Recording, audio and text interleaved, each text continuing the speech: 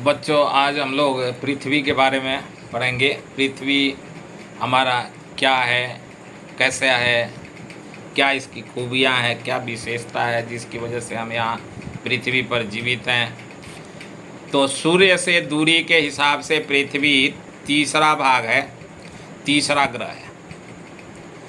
आकार में यह पांचवा सबसे बड़ा ग्रह है। पृथ्वी जो है वो दूरी के हिसाब से, सूर्य से दूरी मतलब कितने किलोमीटर है ना, तो दूरी है।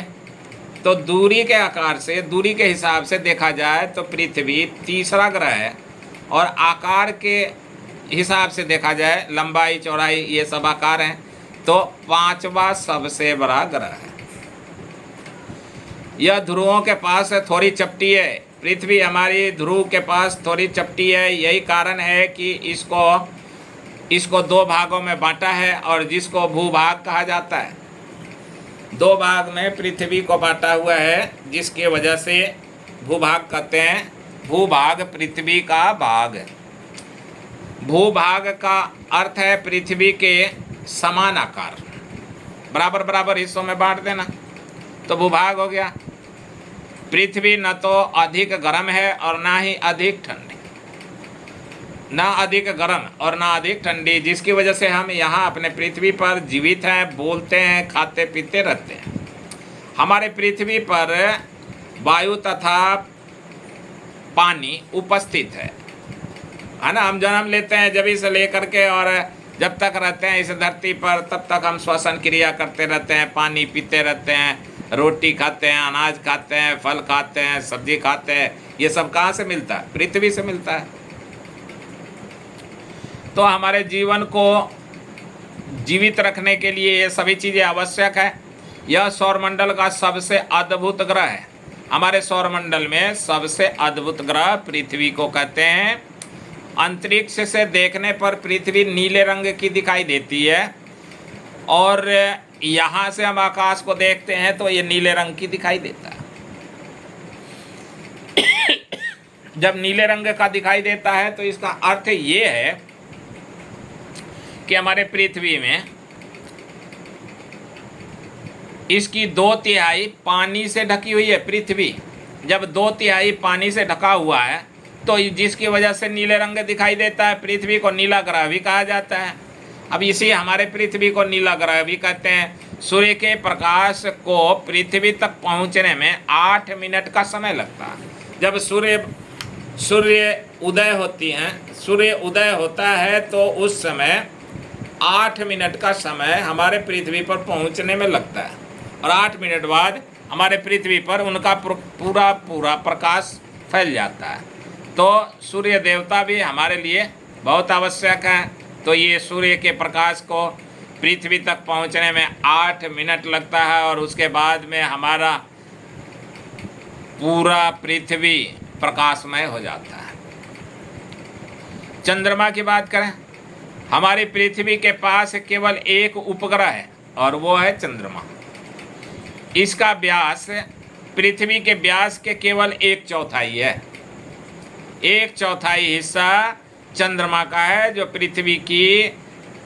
पृथ्वी जो हमारा है, पृथ्वी एक जो हमारी पृथ्वी के पास केवल एक उपग्रह है, और उस उपग्रह का चंद्रमा जो है वो केवल 1/4 हिस्सा है। यह इतना बड़ा इसलिए दिखता है क्योंकि यह ग्रहों का अन्य खगोलीय पिंडों से नज़दीक है।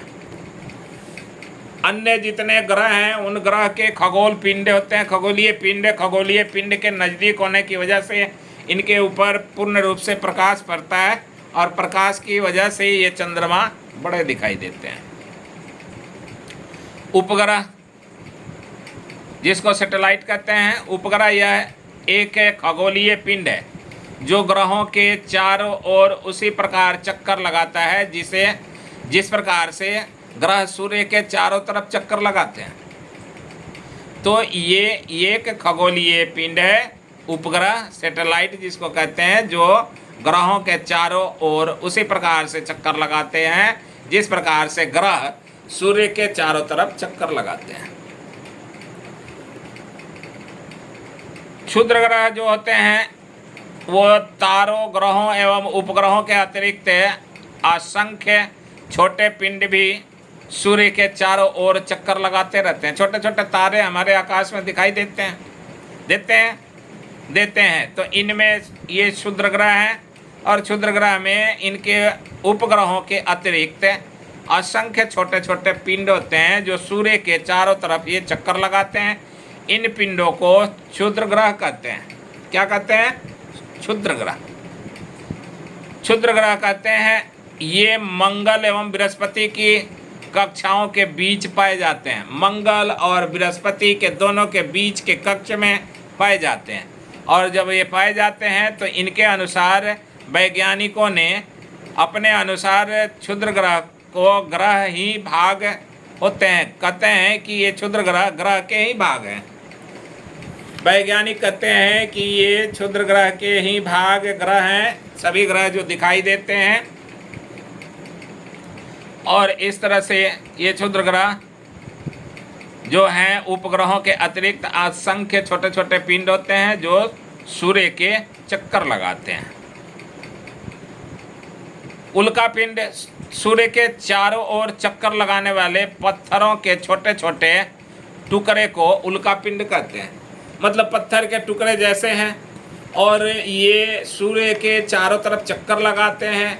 तो सूर्य के चारों तरफ जो चक्कर लगाते हैं, जिसकी वजह से उल्का पिंड इन्हें कहा जाता है। क्या कहा जाता है? उल्का पिंड। और उल्का पिंड का मतलब ये पत्थर के आकार के हैं और पत्थर के छोटे छोटे टुकड़े हैं, जिसकी वजह से इनको उल्का पिंड कहते हैं।